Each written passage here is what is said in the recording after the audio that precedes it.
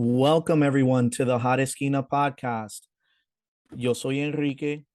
I'm joined as always by Sean and Alex. I know we've been away for a little while. Thank you to all our loyal listeners that have been asking where we are. Life gets in the way, scheduling conflicts, the whole nine. But don't worry, we're back. We got you. Wish we were back under better circumstances, though, as the Yankees have yet again, as they usually do, let us down at the end of the postseason, always coming up short. This seems to be an ongoing thing with this team. We're going to get into that and much more in this episode of the Hot Esquina podcast. And we'll be right back.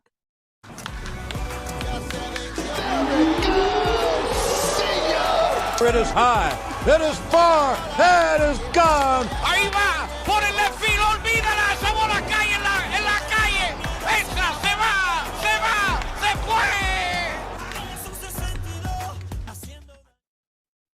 And we're back. So before we get started, as always, I want to welcome on my co-hosts, Sean and Alex. How you doing, boys? Disappointed, Enrique, as usual, when it's this time of year when it comes to the Yankees, but obviously we're alive, we're healthy. That's all we can care about right now.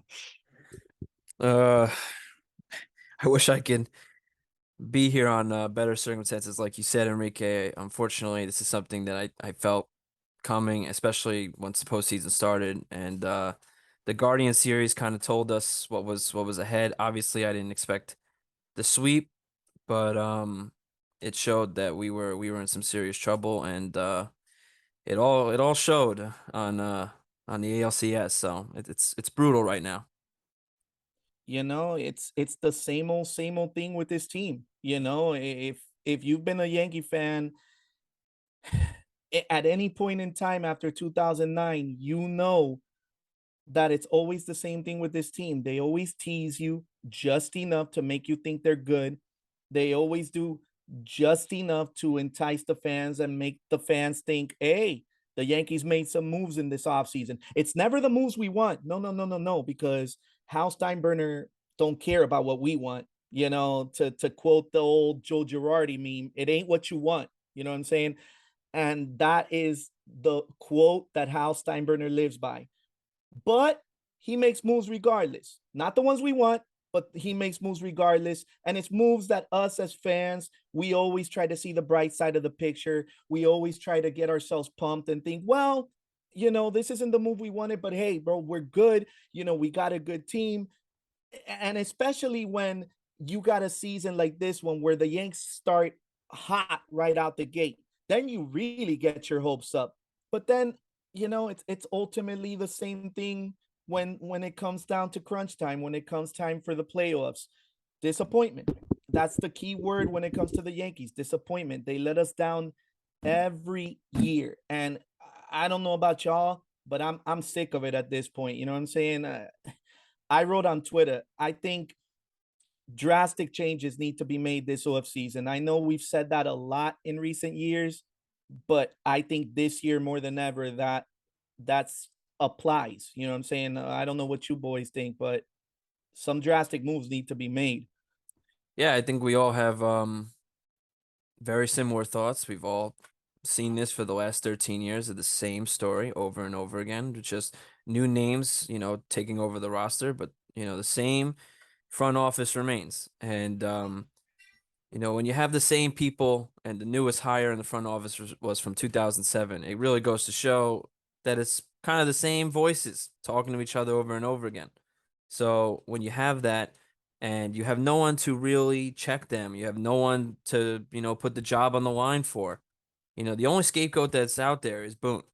And yes, Boone made some mistakes, some clear mistakes in this postseason, even in the regular season, whatever. But if there's anyone that's going to go, it's going to be Boone. And we already know Boone's not going anywhere this year. They're going to make that clear. And that this team, we're a good team. We're a good franchise. We just need a couple things here. It's the same song and dance. It's the same story over and over again.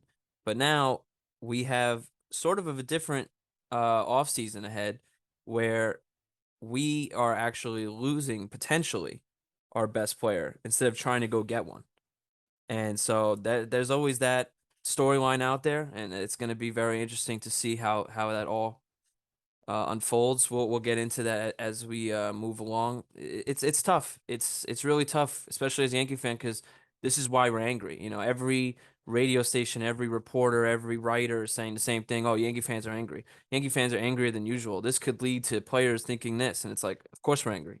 We get told this for 13 years that this is the year. You know, oh, we're a good team. This could, we're World Series a bust, and then the postseason comes around and we just roll over, and we're tired of it. And enough is enough. Yeah, we're spoiled fans in some, in some right, but when you're seeing the same thing, or when you're told the same thing, and expecting different results, that is called insanity. Michael Kay said it best on his radio show, and I'm taking it from him right here. But that's exactly what's going on here. So, yeah, we have a lot of changes that need to happen. But we'll see as time moves along what happens with the Yankees. Yeah, I mean, for the last 13 years, we've been fed this, this food basically when it comes to putting this roster together, that it's good enough to win a World Series, and we eat it, man. We eat it because we're fans, and we'll eat it every single time, and we'll justify as much as we can because we're fans, thinking that this is the year. But when it comes down to it, when we see it unfold right before us, we just go back to the same song and dance from before. We knew it wasn't good enough, but we still ate it because we're fans. Now, when it comes to this squad, pitching ain't the problem. Pitching hasn't been the problem for a while. And it reflects back to game 2 of the ALCS, where you literally have to play perfect ball. You threw one bad pitch. Severino threw one bad pitch in that entire game, and we were done. And when the game was 2-0, it felt like 20-0. That's been the Yankees' story especially over the last 4 years in the postseason. You go down, you're down by 2 runs, which is nothing for some supposedly this much talent. But we feel, we as fans have this vibe, this feeling that this team is done. They get demoralized so fast. That could be a cultural thing. I don't like to blame Boone for much here, because the players are the ones who have to perform. And he puts together the lineup, and no, it doesn't matter where you are in the lineup, you got to perform. You're professionals, you're millionaires, get it done. But I'm not saying that there needs to be wholesale changes, because they're not going to happen. We have to be realistic here, who our owner is and who our GM is. Wholesale changes are just not in the cards. There's some black marks on this on this lineup that cannot be there next year if you have any hopes of getting back to where you were this year and going beyond Houston, because they are the cream of the crop. They've been the cream of the crop. They're miles better than the Yankees. Miles. It's not even in the same states. It's not in the same, for me, it's not even in the same planet, how much better they are than the Yankees. And if you want to get back there, some of these players just cannot be there. The same old song and dance, like you said, and we're force fed, not just fed, Alex. We're force fed this stuff like we were babies. Like, here, this is not the food you want, but darn it, you're gonna be fed this food because I say so. That's the Yankees. Like, that's what they do to us. And like you said, as fans, we just take it, because what other choice do we have? We're fans. What are we gonna do? Not cheer the team? You know what I'm saying? I mean, you could go back to not getting Verlander all those years ago. You could go back to Machado. You could go back to Harper. Everybody wanted Juan Soto this year when he ultimately went to the Padres. There's just been so many examples of us not getting the people we want, but accepting, the people that the Yankees give us, because in their mindset, and I'm glad you brought up Michael Kay, Sean, because he even brought it up. It's this analytic driven mentality that they have, that they think they're smarter than the next guy in the room. No, we don't need the superstar. Our analytics say that this guy is better than the superstar because the numbers and the analytics say so. Well, guess what, bro? You got to have the eye test too. You know what I'm saying? You got to be a baseball guy and know what you see with your eyes, not just what the computer tells you about a certain individual, because there's certain things that computers and analytics just don't measure, you know? And it sucks. And about Houston, let me tell you boys something. They said this on the radio too, and I'm gonna echo it. There's no excuse for getting blown out and humiliated by them this year. Yeah, in 2017 we could throw the whole cheating thing. I know there's fans that still are using it against Houston. They're still holding on to it. You know, um, 2019, I believe it was that we lost to them again, right, Sean? 2019. Yeah, there was still a buzz that they were using buzzers and all that. I remember Altuve not wanting to take off the jersey. What's your excuse this year? From what I can tell, there's no cheating involved with them this time, and they still swept you. And I'll go a step further. You talk about, Sean, that you saw this coming because of how we barely squeaked by Cleveland. I'll go a step further. You remember during the season when we were on that really nice winning streak and then we played Houston and Houston embarrassed us? You remember that? Bro, we said it then, remember? We said it then. I remember the exact episode.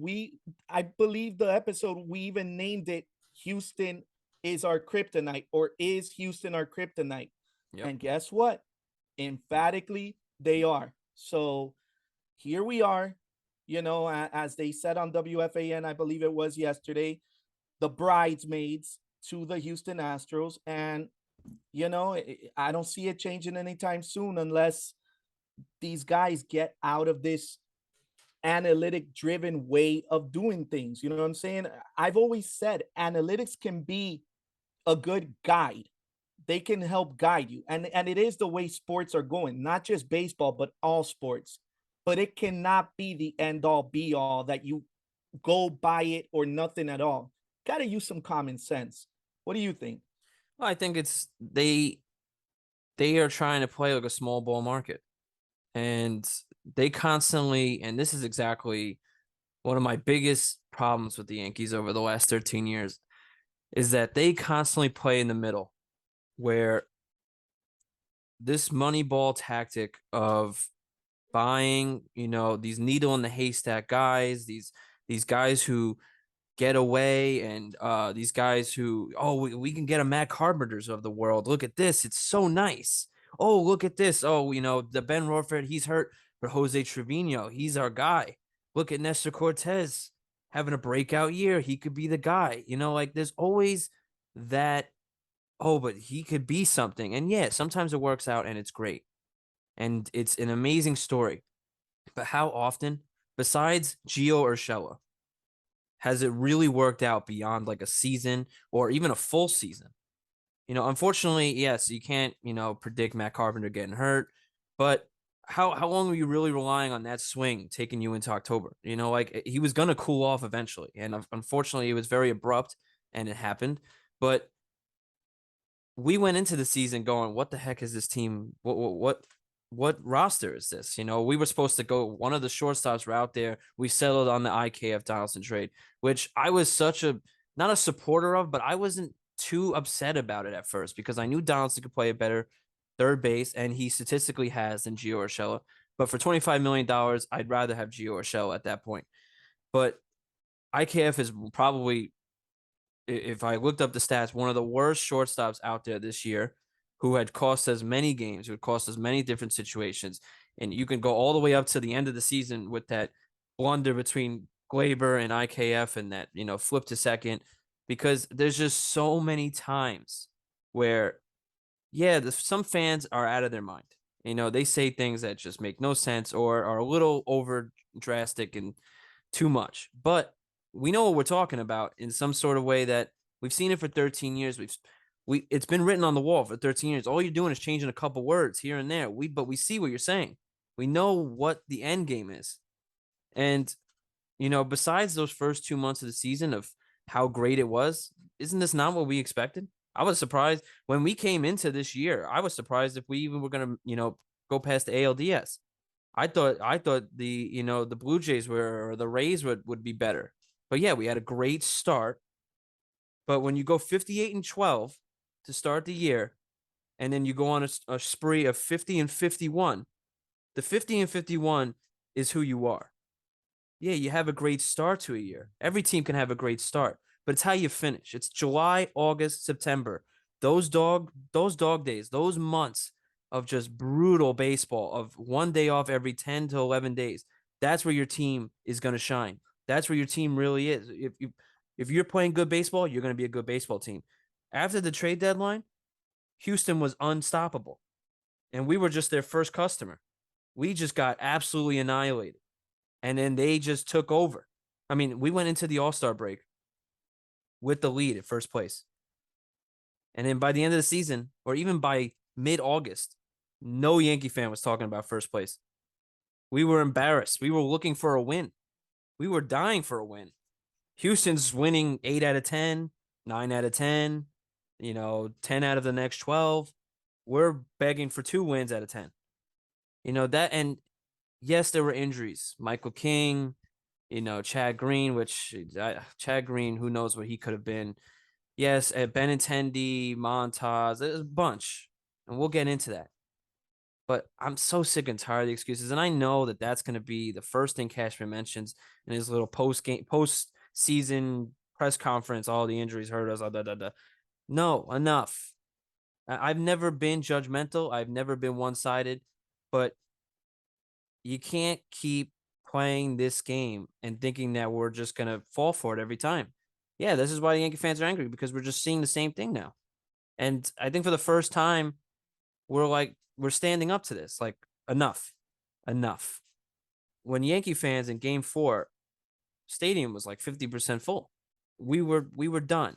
We were done after Game 2, but we tried to have one last hurrah, try to win Game 3. But when you lose 5-0 so badly in your first home game in the ALCS, and you get dominated that easily, where you're getting one hit until the bottom of the 9th, who's showing up? Who's spending $250 to see that again? It's unbelievable. Alex, you take over. I mean, before the season started, everybody picked Toronto to win the division. People, most experts, quote unquote, took Tampa to get second place. Everybody had the Yankees at middle of the pack. Third place. Everybody knew the Orioles. The Orioles surprised eventually, but they're not ready to make a playoff run. And Boston didn't reinforce their pitching. We knew they were going to be trash, and they were. So, like you said, Sean, starting off hot, but who are you? The summer tells you who you are. And the summer told us exactly what the Yankees were: a mediocre team. Plain and simple, a streaky, mediocre team. That, granted, they got hot toward the end of the season simply because the schedule was kind. And they were able to pull away with the division because they had such a massive lead to start off the season. But the reality is, right now, today, who would you rather be a fan of? Would you rather be a Toronto fan or a Yankee fan? I'd rather be a Toronto fan. I have something to look forward to. It's a young roster, under control. Very, there's drama, sure, but I'd rather be a Toronto fan right now, because I know the Yankees are one of the most dysfunctional organizations right now in baseball because of their ownership, because of their leadership. It is what it is. You can sugarcoat it however you want. You can't sugarcoat that. That is the current situation. You have players disgruntled at fans. Grow up. If that's real, grow up. We're very demanding fans, and we demand everything year to year. And it's true what you say. It's playing this middle of the road, game every offseason. The fact of the matter is, you can't. When we had the opportunity to wait a season to sign Bryce Harper, we traded for Giancarlo Stanton. Yeah, that didn't work out as well as it could have. Stanton's a great performer in the postseason, whatnot, but he's missed almost an entire season. And the reality is that he's a streaky ass hitter. So we could have ended up with Bryce Harper, who at the end of the day signed a bargain of a contract with the Phillies. You telling me we shouldn't have had Manny Machado? Really? What? Andujar was had just come off of that season. Okay, he had Urshela. So what? It's Manny freaking Machado. All right, yeah, you could have go ahead and just gone him. You can't play the game of being middle of the road when it comes to free agents and trades, and expect to go beyond Houston at any point in the season. It's not going to happen. You either have to be a trash team for a very long time, like Kansas City was, and then what happened? 2 World Series in a row, and they won one. And then what happened 1 or 2 years after that? It all came crumbling down because that's what small markets teams do. It all will come crumbling down, but guess what? You have to take advantage of the window. The next Kansas City Royals are the Baltimore Orioles. They are the next bubble team. They are ready to really make some noise in this league. But what? They were horrible for over 5 years. Horrendous. They've done some good drafting. They have some players. They don't have that much money, but at the end of the day, they are the next trouble team in the American League. And you either have to play one way or the other. You either have to be horrendous for a while, draft well, and bring up your own talent, or you have to spend one or the other. And the Yankees have been playing the middle, and guess what? We're getting mid results. Getting to an ALCS, I don't care about the ALCS. I want a World Series. Don't care. I don't care. I'd rather, if this is what you're going to do in the playoffs, I'd rather you not make the playoffs because it's not good enough. It's not good enough. So when it comes down to Stanton, Rizzo, and all that stuff, again, I'm not blaming you. You can't point the finger at any one person in this team. It's a collective debacle.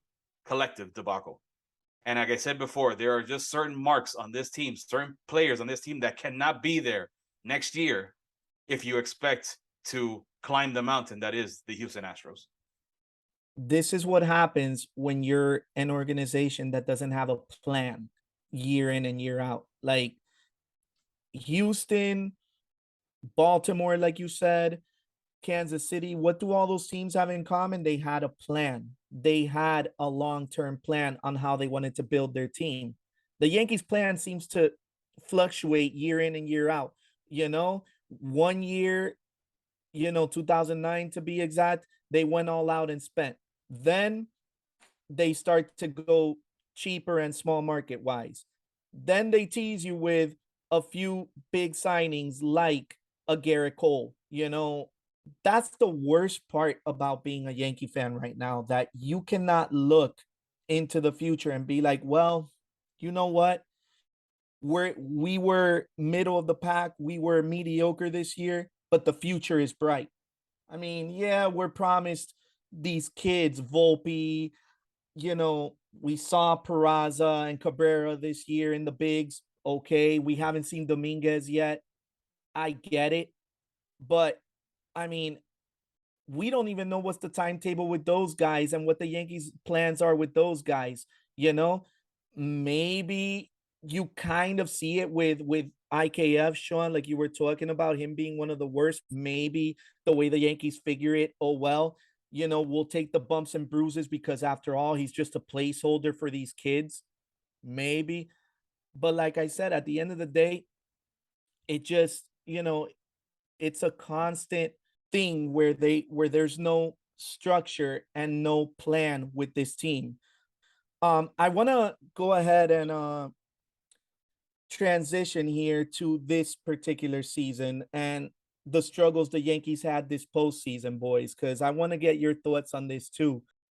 I gotta say, when you got a team, and you hit the nail on the head there, Alex, when you got a team that's collectively batting horrendously when the postseason comes, your best hitter this postseason was Harrison Bader, hitting .333 in the postseason and batting .400 in the ALCS. You know what I'm saying?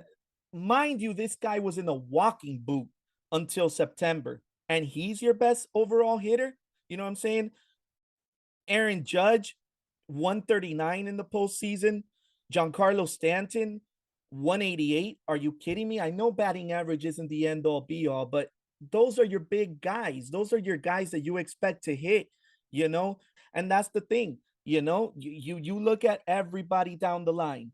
Matt Carpenter, like you said, Sean, hot off the start from the moment we got him and placed him in the lineup on the day we acquired him against Tampa Bay. He cooled off. He batted 100 against Houston. 100. Donaldson, don't even get me started with this guy. 0.077 against Houston. Under 100, bro. Judge 0.63 against Houston. I mean, bro, like the list goes on, you know what I'm saying? And it's the same thing year in and year out. That's why you see so many Yankee fans desperate for that big hitter every time the offseason comes. That's why we wanted Machado so badly. That's why we wanted Harper so badly. That's why, we wanted Soto when rumor came out that Washington was willing to trade him, because we know as fans that pitching, albeit, yeah, could it use some upgrades? Sure. But we know that's not our problem come the postseason. It's hitting. And if you keep playing this small market game and getting these guys that, like I said before, the computer and the analytics tell you will be good, when you got a payroll like the Yankees have, then you're playing a fool's game. You know what I'm saying? And this is going to be the result every time. You got the money, spend it.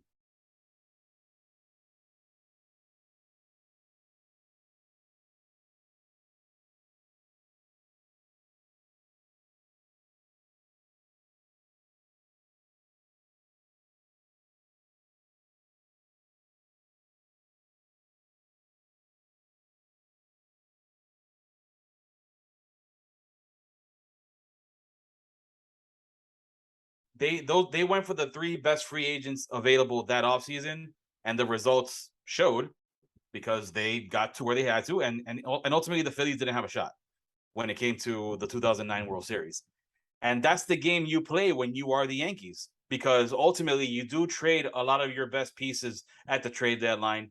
You do trade a lot of your, homegrown talent sometimes to get better. But the reality is you're already here. You're in this position. You have players under contract for a very, very long time. Then and again, it goes down to this whole excuse thing about, oh, we needed to save our money for Judge. You have it already, dude. You're the highest earning franchise in baseball. You you spend the least percent of your revenue than any other team in baseball. You make the most and you spend the least compared to what you make. It's mind-blowing lack of logic. And when it comes down to the moves that they made this season, it's honestly, it feels, I'm insulted by it. I'm insulted by it simply because it makes me feel like that I should be working there, and I shouldn't be working there. I'm not smart enough to be working in the front office of a Major League Baseball team. I'm not. But they make me look smart, because just because we struck out X amount of times in the playoffs, you're just going to go after contact hitters? That's your solution? To go after contact hitters? Well, contact hitters, guess what they do? They hit into shifts. That's what they do. They hit into shifts. IKF hits. Yeah, he hits. He makes contact, but most of them are outs. Benintendi had a flash in the pan season because he was washed with Boston. Goes to Kansas City. Okay, he's hitting 300, but they're mostly singles, dude. They're singles. Singles don't do anything in the playoffs. They really, really don't. Yeah, they matter in the later innings, but you got to get there first. So, again, the logic behind these things, they're not impact moves. They're just not impact moves. We didn't make an impact move. We thought we did when we got Montas. But ultimately, pitching was not the issue with this team. It just wasn't the issue with this team. It's been hitting. It's always been hitting. It's still going to be hitting. Next year, it's going to be hitting, because I don't have any faith that they're going to do the right thing this offseason. I just don't. If you lose Judge, I don't care. Just don't care. I don't care, because the fact of the matter is, if you see the games, he hit 62 jacks. He had a one-off season. He's never going to have this season again. This is a one-time thing. He's never going to do this again. 62, 65. No, that's done. Hitting 310, good luck. That's not who you are. You had one season. You were pissed off. You didn't get paid. And here is the season you had. You're going to get paid now? Go get your money, bro. But you're not going to have this season again. And Yankee fans need to be realistic about that. You need other people to perform. You need other players to perform. And they don't have it. Right now, you look at that roster, it's mediocre. There's nothing special about this roster at all. Aaron Judge is a special talent, special player, but guess what? This season is a once in a lifetime season, and it's never happening again. So now what? You gotta get something else. You gotta fill this thing up. And the reality is that specifically there's 3 players that cannot be on this team next season. I'm gonna end it with that again. Aaron Hicks, Josh Donaldson, and Gleyber Torres. The 3 of them cannot be on this team next season. Because if they are, we're right back here again next season. Yep. Disappointment city. When you have a Yankee team that plays in the middle where they say we're going to develop our prospects, our prospects are our future. But then at the same token, they go out and get players. But it's never the players that we need or we want, I guess. It's always the B-level talent, the replacement of what we really wanted, what we really needed at that time. If you look at anyone on this team, you could think of the person better than them. Just if you start from Stanton from the beginning, that was a replacement to missing out on Ohtani. If you think of Rizzo, that was a replacement for not wanting to give the $10 million more to Freeman. And I'm not saying Freeman would have chosen us, but Freeman had an incredible year with the Dodgers, and you could say that half the season he didn't even want to be there. But he's playing baseball. This is what it's all about. Josh Donaldson, clearly we've been trying to cover third base ever since thinking we were, better without Machado. Andujar had that great rookie year, gets hurt, then we rely on Gio. Gio, had a great couple years, obviously, started to form back to who he was. He's still an incredible third baseman. I'm not taking that away from him. I love him. He's a great guy. Hope he, succeeds wherever he goes. But, you have Andujar playing third, then Urshela. Then, you got Cashman after you make the Donaldson deal saying, we love Urshela, but he's no Josh Donaldson. What's Josh Donaldson? What did Josh Donaldson do this year? Guy had 0 and 0 in his lineup card every time he came up to the plate in the postseason. What is that? Anybody. Matt Carpenter, last second edition. If you're talking about you're going into the season saying it's World Series or bust, like you said, we're still a World Series contending team. We could be this team with this, and that. But you have Joey Gallo playing left field, hitting barely over 150 until you have to trade him at the deadline. Then you have Juan Soto sitting there. Another option. If you even go back to Bryce Harper. Bryce Harper was shaving his beard, shaved his head, and said, I'll play first base. Told Scott Boras to tell the media, especially the New York media, I can play first base.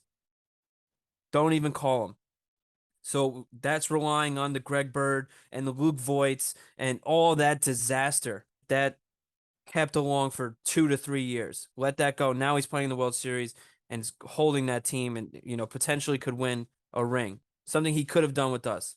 Juan Soto, like I was saying before, option was there. Yes, you would have to have given the farm to go get him. But you can't keep having your foot on the gas and on the brake at the same time. You have to make a decision whether are we developing the farm and the kids are the answer, then do that. Stop relying on these B-level talent replacements. Don't go out and get Benintendi then. Because obviously Benintendi wasn't part of the plan until Gallo was as atrocious as he was, which we could have all told you that going into the season. The shift was still there. You knew he was hitting under 200. You're talking about getting contact hitters, but you still have Joey Gallo playing left field, a position he doesn't like playing. It's a constant nonsense. Again, and let's go to Aaron Hicks. Dude has been atrocious. Had one good year as a Yankee. Has been injury prone ever since. Somehow the formula says that he's going to have a bounce back. We've been talking about this nonsense for 3 years now, about he doesn't have it. The dog is not with him. He's not there. He's not the guy. He's not a starting center fielder, especially not here.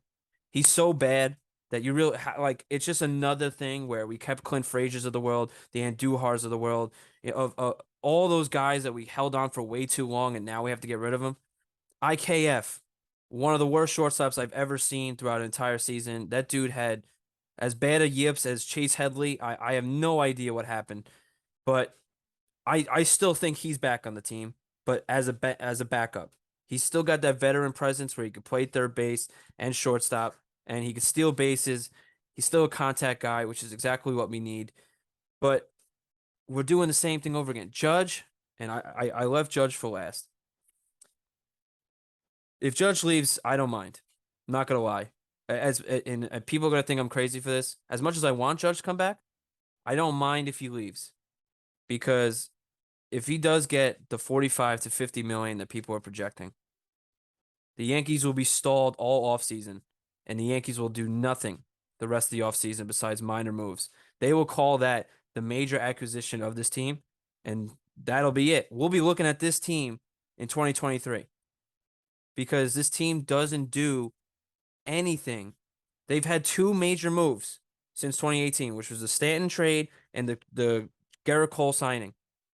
That was the biggest thing we've done. But Gleyber Torres is another one. He's got to go. If you want to change the culture, you want to change it, you want to be for real, you trade him by December, whatever. You show no one's safe. This is a different team now. If you're going to keep the same formula, then what are we really talking about here? We're just going to roll the same thing out and just change the 2 to 22 or 3 for 2023. It's just going to be the same team. You know, the list goes on, and I differentiate from you in one way, Sean, that I do want Judge back.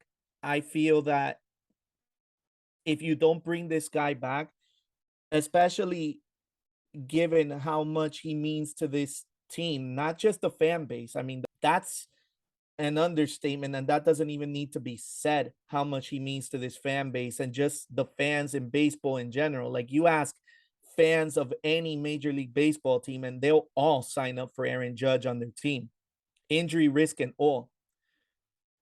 But aside from that, how much he means to the team in general, to that clubhouse. All the guys there look at him as the captain of this team. Nestor said it in one of the press conferences in the postseason that he should be the next captain.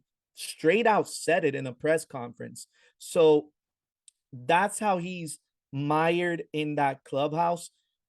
You know, it's no secret how close he is to Anthony Rizzo. If he leaves, you know Rizzo's leaving. You know what I'm saying? Rizzo ain't staying if his boy ain't there. So right there, you lose your star player and you have a hole at first base again. Who you gonna get? Another Greg Bird type? You know what I'm saying? Another project? You know what I'm saying? So I personally would love for him to stay. I personally would love to see him retire a Yankee when it's all said and done. I don't care if he has to play DH at the end of his career when, you know, ultimately he starts to decline and maybe he's not the fielder he once was. I don't care. I don't care. Honestly, like, that guy needs to be a Yankee for life. I ask you both this. What about as part of the negotiating tactic? What about if Brian Cashman, if he does stay, which is the most likely scenario, and Hal Steinbrenner straight up tell Judge during negotiations, listen, we want you to be a Yankee for life. We want you to be the next captain of this team. Straight up tell him, hey, you stay and that captaincy is yours. How much do you think he'll value that?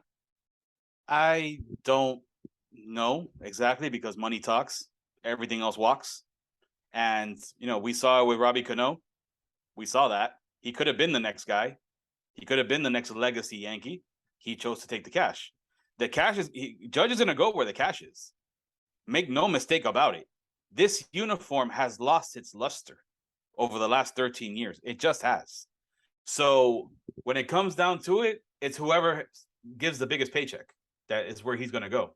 Now, again, if you were to tell me, you have faith, that I have faith that the Yankees will sign Aaron Judge, re-sign Aaron Judge, plus more, then I'm all in for that kind of move. But I don't have that faith. We shouldn't have that faith as Yankee fans that they're going to sign Aaron Judge and do more, like spend more. I don't see this team adding $100 million to their payroll. I don't see it. I really, really don't. But that's what needs to be done if you want to get back to the World Series. It's what needs to be done. Granted, you're losing some funds here if you were to not re-sign Jameson Taillon, if you were to not, obviously you have Aroldis Chapman coming off the books. Roughly there you have about $20 million coming off the books with just those two guys.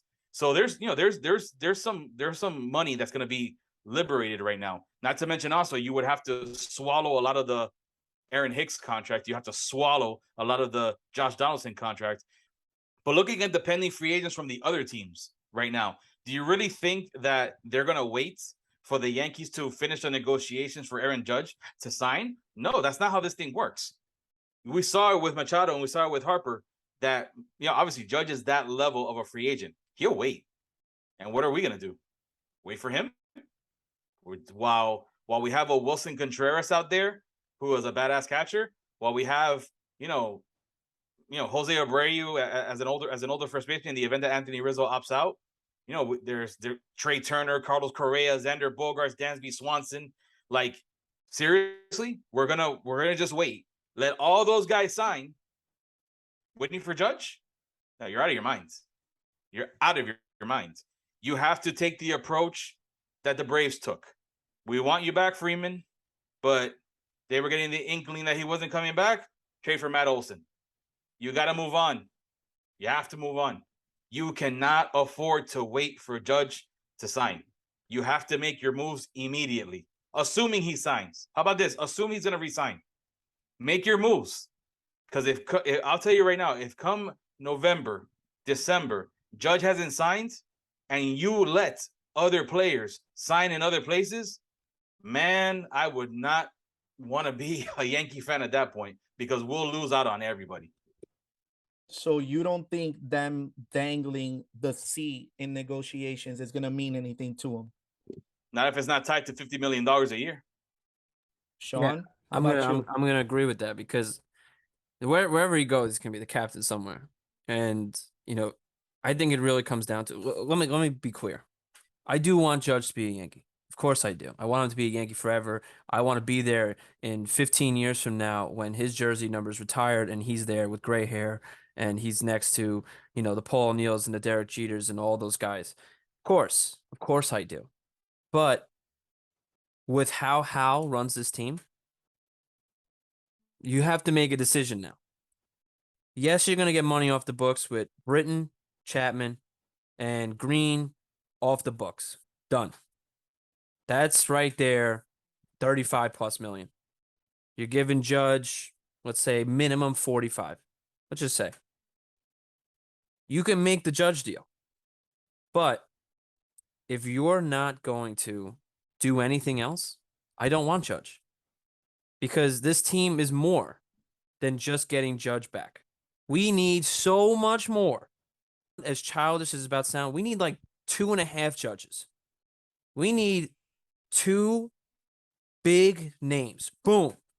You want to change the direction of this team? Don't wait for Judge. Assume, just like Alex said, assume he's coming. But show Aaron, this is the team we're bringing in. We just brought in this guy. We're bringing in this guy next week. We're different now. We want you back. We're trying to contend. This is who we're bringing. It's exactly, you know what? I'm so glad you said that because it's exactly like I said earlier. It's about showing him that you have a plan, showing him your long-term plan. Okay, Aaron, if you come back, this is the long-term plan and the long-term goals for this Yankee team. If you come back within 1 or 2 years, we'll surround you with X, Y, and Z. For 2023, we'll sign X, Y, and Z. You got to come with something. You can't have just to tell him. You just do it. Yeah. And when you go and negotiate with him at his house, probably somewhere in California, you bring to the table, this is our deal, this is our contract for you, and we still got plenty of moves coming. We've done this, but we got so much more in the bag. And listen, we want you, and you're the captain as soon as you get here. And this is exactly what we're gonna do. That's the right approach. That's the right approach. The reality is, before you even go to the negotiating table with Aaron Judge, you better have a new shortstop. You better have a new third baseman. Have them already on the team under contract. Because guess what? At the end of the day, in 2009, when Judge was probably still in high school, he was seeing what was going on with the Yankees. Sign, sign, sign. And then he's been here, and he's been like, "Who have you signed since I've been here? Cole. You've made some, yeah, Cole. Okay, one. Yep. Okay, you signed Cole. Okay, who have you signed besides? Yeah, one of the top flight pitchers in the game. Who have you signed? Now I'm a free agent now. I'm Aaron Judge. I'm a free agent now. Okay, don't worry about me. You're one of the teams that I'm obviously going to consider signing.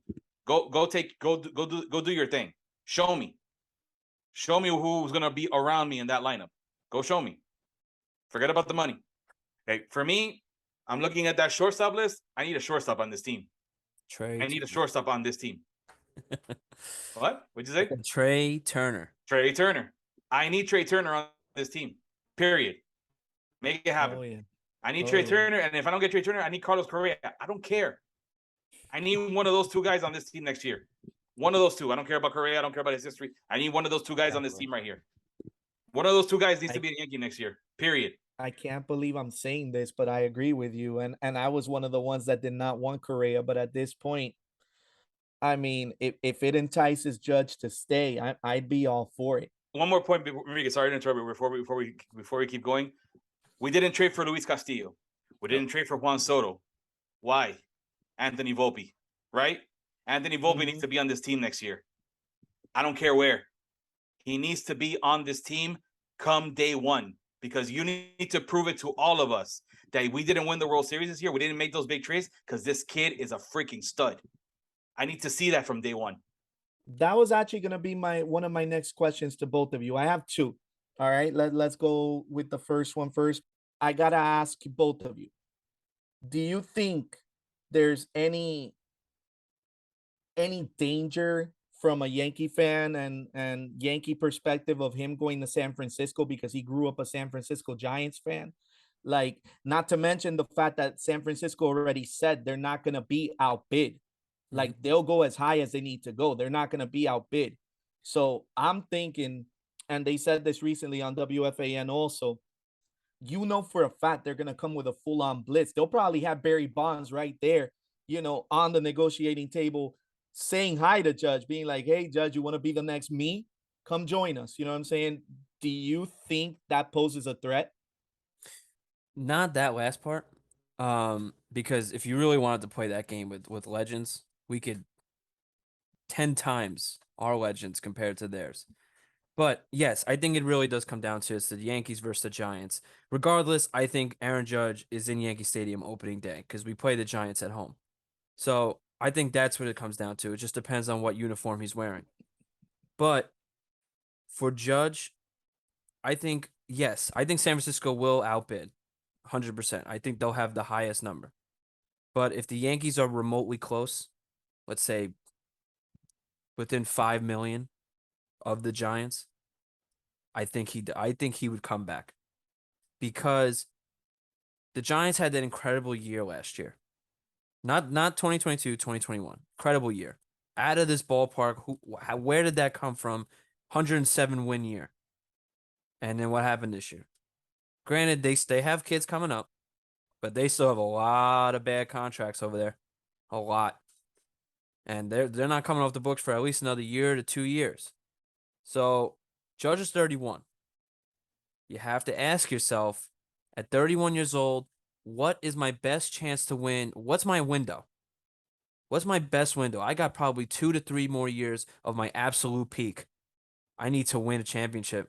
I need to help this team with everything I got win it. Who's going to give it to me? Are the Giants going to give it to me? Or are the Yankees going to give it to me? Or whoever, Dodgers, Mets, whoever else is out there. But that's what I said. I do think he still ends up a Yankee. But I do think that the Yankees need to do something to convince him to stay. We've had one big signing since he's been here, since he's been the guy. One. We filled one need. Everything else has been these B-level returns, B-level trades, and B-level prospects because we're always the middle of the pack. Every draft pick's a middle of the pack guy. Every guy we go after is a B-level talent. Alex, you just take over. I mean, I go back to, I think there's obviously a huge gravitational pull when it comes to the West Coast and Aaron Judge. Obviously, we know it's going to be one of those four teams. It's the Yankees, the Mets, the Dodgers, the Giants. That's it. That's it. That nobody else is going to be involved in this negotiation. It's those four teams. I'm going to predict that the Mets are out of it because I have said it for months. Shohei Ohtani will be a New York Met opening day. So not even a question about that. Shohei Ohtani is a New York Mets opening day. So that's why I think the Mets are kind of out of it, because they're going to trade the farm for that guy, and they're the ones who are going to give him that monumental bananas contract when the time comes. So I'm going to leave the Mets as the fourth team on that list of four for Judge. It's going to be the Yankees, Dodgers, Giants. Dodgers already are the biggest rumor out there that they're going to go full-on press. Mookie Betts might end up being back at second base. Let's do it. The Dodgers are just that type of team. They just are. So it's going to be one of those four teams. Now, the Dodgers already have the pieces in place. They're not going to re-sign Trey Turner. We all know that. Trey Turner is gone when it comes to the Dodgers. They already have in-house options for shortstop. They have Chris Taylor. They have Gavin Lux. They already have those in-house options for shortstop. You move Gavin Lux to shortstop, what's going to happen? You need a second baseman. Here comes Mookie. Yeah. You get Mookie back in second base. You have Judge in right field. Problem solved. That's it. That is literally the answer when it comes to the Dodgers. So the Yankees have to know. They have to put on a full court press. And that full court press is going to be expensive. Because not the contract that he's going to end up with. He's going to get that contract from somebody. It's who do you sign beforehand before you give him that deal. But speaking of the full court press, so you're telling me that you don't take seriously the possibility of San Francisco coming with that full court press and playing on his emotions as a San Francisco Giant fan growing up? Maybe he was a Barry Bonds fan. That's why I tossed Barry Bonds in there. Maybe he was a Rich Aurelia like fan. Barry That was his player, Rich Aurelia. He played shortstop. Okay. He played shortstop, so he liked Rich Aurelia. Okay. Okay, that was his guy. Okay, Rich Aurelia, I'm sure is a phone call away. So that's not even the issue here. I'm not even saying that he's going to get in. I don't think he needs the outside legendary San Francisco Giant influence. It's not going to matter when it comes to the influence. I'm sure he would love to put that uniform on at some point in his career. There's no doubt about it. Come on, you're an emotional guy. So, I have no doubt that he likes that idea. But the reality is, Yankees drafted him. Yankees gave him his first shot. He's done amazing things for this city. The city loves him. He is a star. How about this? The most money he's going to make outside of baseball is in New York. That's a factor too. State taxes don't matter because they both pay the same amount. So that's not even an issue. The most money he's going to make outside of baseball is as a New York Yankee. Globally. You're not going to make it in San Francisco because guess what? The best player, the two of the best players in baseball play in Anaheim, and they're nobodies when it comes to celebrity. Anyway, Ohtani, obviously celebrity worldwide and stuff like that, but he's not that star because he's in the West Coast. Judge don't want to go back to the West Coast. He knows the money, the stardom is in New York. There's no doubt about it. He will lose his appeal as a face of the baseball by going to the Giants. It's just going to happen naturally because obviously it's a West Coast team. Not everybody stays up for those games. Nobody's crazy like us. So, it's one of those things that I understand the appeal of New York. I think he understands the appeal of New York. He's not a dumb guy. Very, very smart guy. So I think New York is still in the driver's seat in all this, but they need to show him the way. And by showing him the way is with those moves that I talked about earlier. Glaber needs to be gone. Donaldson needs to be gone. We owe them money. Who cares? Swallow it. Just like you did with Ellsbury. Swallow it. Just like you did with A-Rod. Swallow it. Does it hurt? It's not my money. I don't care. But I'm sure it hurts them, sure. But they make more money than they actually spend. They make more money than any team in baseball. And ratio-wise, they spend the least. Ratio-wise. Obviously, they have a top 5 payroll. I understand that. But ratio-wise, they're one of the least spending teams in comparison to their income. So they need to spend. That's what it's going to take because this is the game that you decided to play. You decided to play this mid-level BS for the last 13 years. You signed one big name. This is the game you play. Suffer the consequences. Spend your damn money. Speaking of signing guys to show Judge, that's actually a perfect segue, Alex. I was gonna ask both of you. This was my second question, and it ties into you guys mentioning Volpe earlier. What if, and I know this will drive both of you nuts because you've both already said you don't want this to happen, but what if they go all out, they give Aaron Judge the mega contract he deserves, and they try to sell him on, hey, we're not going to be able to spend this year because we spend a boatload of money on you because you're our stud. We want you. You're our priority. So we're not going to be able to spend this year. Maybe we'll spend in a few years. But guess what? We got this kid coming up this year. We got another kid along with him. What if they try to sell him on Volpe and Dominguez? And to piggyback off of what you said, Alex, before I let you both answer the question, I don't know if he'll be there day one. I'm thinking, middle of the season, maybe, kind of along the timeline that we saw Cabrera first get called up, middle of the season, maybe late in the summer. If he blows up in the minors and just keeps on putting big numbers, he might not give the Yankees any choice but to bring him up early. But you know how these teams love to play with service time and manipulate service time. So I highly doubt he'll be there day one. But I digress. Go ahead, guys. What do you think of that? Of the Yankees selling Judge on not spending this year, but selling him on the youth and the upcoming kids, Volpe and Dominguez? It's an excuse. That's what I think. Because he's heard it already. He heard it when he was tied down to the Yankees. Don't worry, this kid's coming up. Don't worry, we got this. Don't worry, we'll make the move that's necessary. It's enough with this nonsense. To answer the Volpe thing, Volpe will probably be up, I'd say, in June. To be honest, it's like we said earlier. I think it's just going to come down to what the Yankees have done already. By the time they talk to Judge, it's got to be what we've done already. He's seen forever, since he's been a Yankee, the amount of big name signings we've done, the big name trades. You can count, the Stanton and the Cole and a couple. Yeah, we got Montas, and that's great. Another B, option B sort of thing.